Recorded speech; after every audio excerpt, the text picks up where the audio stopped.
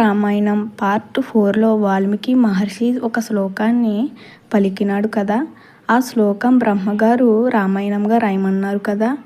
ఇప్పుడు పార్ట్ 5లో ఏమిటంటే బ్రహ్మగారు వాల్మీకి మహర్షికి ఒక వరం ఇచ్చినారు. అదేమిటంటే బ్రహ్మగారు అన్నారు వాల్మీకి మహర్షితో, నా శక్తి అయిన సరస్వతి అనుగ్రహం చేత నువ్వు ఈరోజు రామాయణాన్ని పలికావు నాయనా. నేను నీకు వరం ఇస్తున్నాను. నువ్వు కూర్చుని రామాయణము రాద్దామని మొదలు పెడితే రాముడు, లక్ష్మణుడు, సీతమ్మ, రాక్షసుల మొదలైన వారు మాట్లాడినదే కాదు, వాళ్ళ మనసులో అనుకున్న విషయాలు కూడా తెలుస్తాయి. ఈ భూమి మీద నదులు, పర్వతాలు ఎంతకాలం ఉంటాయో అంతకాలం రామాయణం ఉంటుంది. ఇందులో ఒక మాట అబద్ధం కానీ కల్పితం కానీ ఉండదు. నువ్వు ఇక రామాయణము రాయడం మొదలుపెట్టు అని వరం ఇచ్చి వెళ్ళిపోయారు బ్రహ్మగారు.